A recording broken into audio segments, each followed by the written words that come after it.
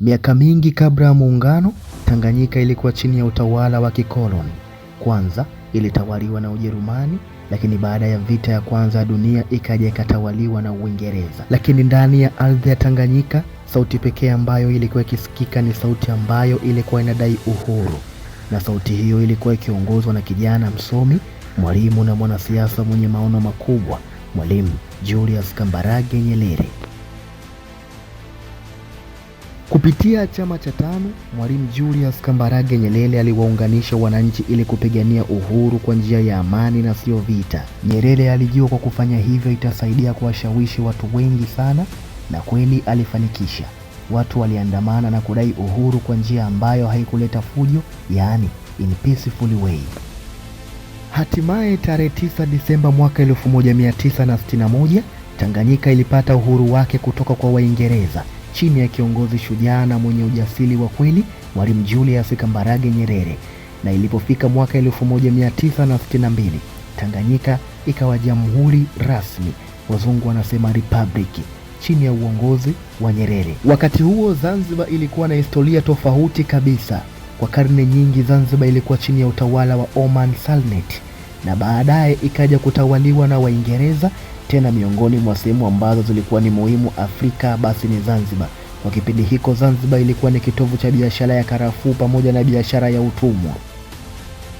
Mwaka 1963 Zanzibar ilipata uhuru wake, lakini haikufanikiwa kuwa jamhuri. Iliendelea kuwa chini ya Sultani Jamshidi bin Abdullah, lakini uhuru huo haukudumu kwa amani.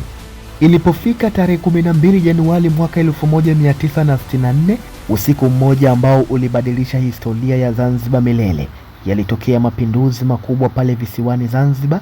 Watu walikuwa wamechoshwa na mfumo wa utawala wa Sultani Jamshidi bin Abdullah. Mapinduzi hayo yaliongozwa na Sheikh Abeid Amani Karume, na walifanikiwa kuiangusha serikali ya Sultani Jamshidi bin Abdullah, na mfumo mpya wa uongozi ukaanzishwa. Japokuwa hayakuwa mabadiliko ya kawaida, bali yalikuwa ni mabadiliko yenye vurugu, mauaji na hofu kubwa ndani na nje ya Zanzibar. Afrika mzima ilianza kuiangalia Zanzibar kwa jicho la tahadhari, maana karibia biashara zote Afrika kwa kipindi hiko zilikuwa zinategemea pale visiwani Zanzibar. Baada ya mapinduzi, kulikuwa na hofu kubwa kwamba Zanzibar ingeweza kuwa kituo cha siasa kali au kuingia mikononi mwa nguvu za kikomunisti. Hata kwa upande wa Tanganyika, Nyerere alianza kuhofia ikiwa Zanzibar itakuwa na msimamo mkali wa kisiasa, inaweza kuhatarisha usalama wa eneo lote, yaani Tanganyika na Zanzibar, maana maeneo hayo ni maeneo ambayo yapo karibu sana. Na hapo ndipo lilipokuja wazo la kuunganisha nchi hizo mbili, yaani Tanganyika pamoja na Zanzibar. Mwalimu Julius Kambarage Nyerere aliwaza hivyo ili kutengeneza usalama zaidi kwa mataifa yote mawili, lakini pia alikuwa na lengo la kuunganisha Afrika na kuwa kitu kimoja, yaani Pan-Africanism.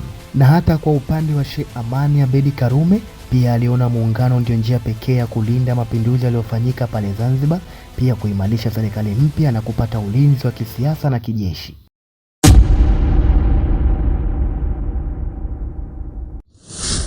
Ilipofika tarehe 26 Aprili mwaka 1964, hatimaye historia iliandikwa rasmi.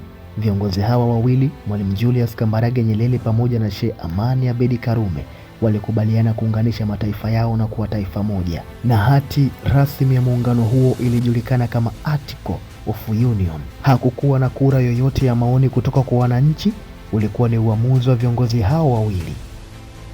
Baada ya muungano wa Tanganyika na Zanzibar, hatimaye taifa jipya lilitengenezwa lililoitwa Tanzania, lenye mjumuiko wa Tanganyika pamoja na Zanzibar. Lakini bado pande zote mbili zilikuwa na serikali yake, yaani serikali ya Zanzibar, na pia huku bara nako kulikuwa na serikali yake. Kadri miaka ilivyopita ndivyo maswali yalivyozidi kuibuka. Je, muungano ni wa haki kwa pande zote mbili? Je, Zanzibar ina uhuru wa kutosha? Je, mfumo wa serikali mbili unatosha? Ilifika mahali kuna wapuuzi wachache waliibuka na kutaka muungano huo uvunjike. Lakini licha ya changamoto zote, muungano huo uliendelea kudumu. Licha ya changamoto zote, lakini muungano huu ulileta utulivu wa kisiasa, uliimarisha umoja wa kitaifa, lakini pia ni mfano wa mafanikio na kuigwa ndani ya bara la Afrika.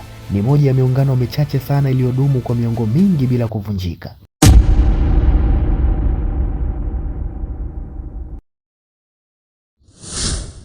Mwaka 1972 tukio la kushtua lilitokea ambapo Sheikh Abeid Amani Karume aliuawa kwa kupigwa risasi wakati yupo zake makao makuu ya chama cha ASP kule visiwani Zanzibar. Jaribio la kumwokoa kiongozi huyo lilishindikana na Karume alifariki muda mfupi tu baada ya kushambuliwa. Baada ya shambulizi hilo, mshambuliaji aliuawa hapo hapo, hata nafasi ya kupata maelezo kamili ya nia yake haikupatikana, na ndiyo maana ukweli kamili wa tukio hilo la mauaji ya Sheikh Abeid Amani Karume haujawahi kupatikana hadi leo. Lilikuwa ni pigo kubwa kwa Zanzibar na hata kwa Tanzania kiujumla. Baada ya hapo uongozi wa Zanzibar ulibadilika na hatimaye Aboud Jumbe akawa kiongozi mpya wa Zanzibar. Na mwaka 1977 matukio mawili makubwa yalitokea.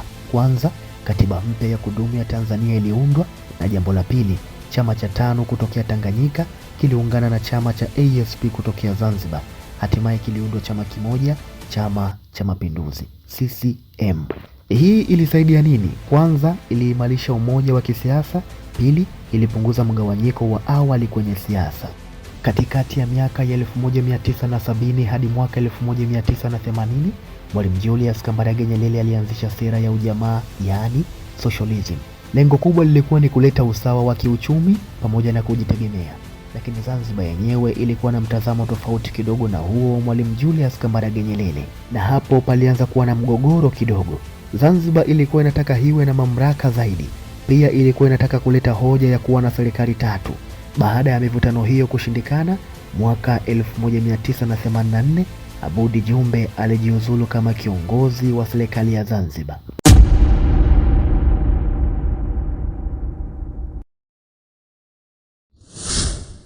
Mabadiliko makubwa yalikuja kutokea mwaka 1992.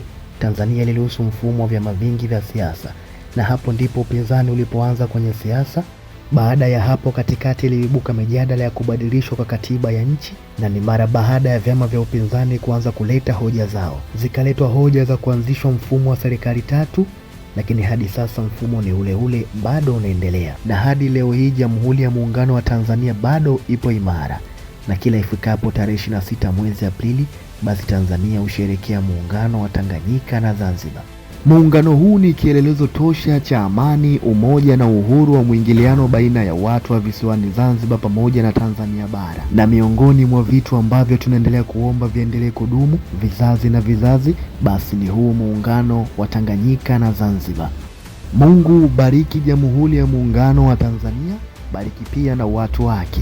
Niliyekuletea makala hii ni mimi, The African Traveler.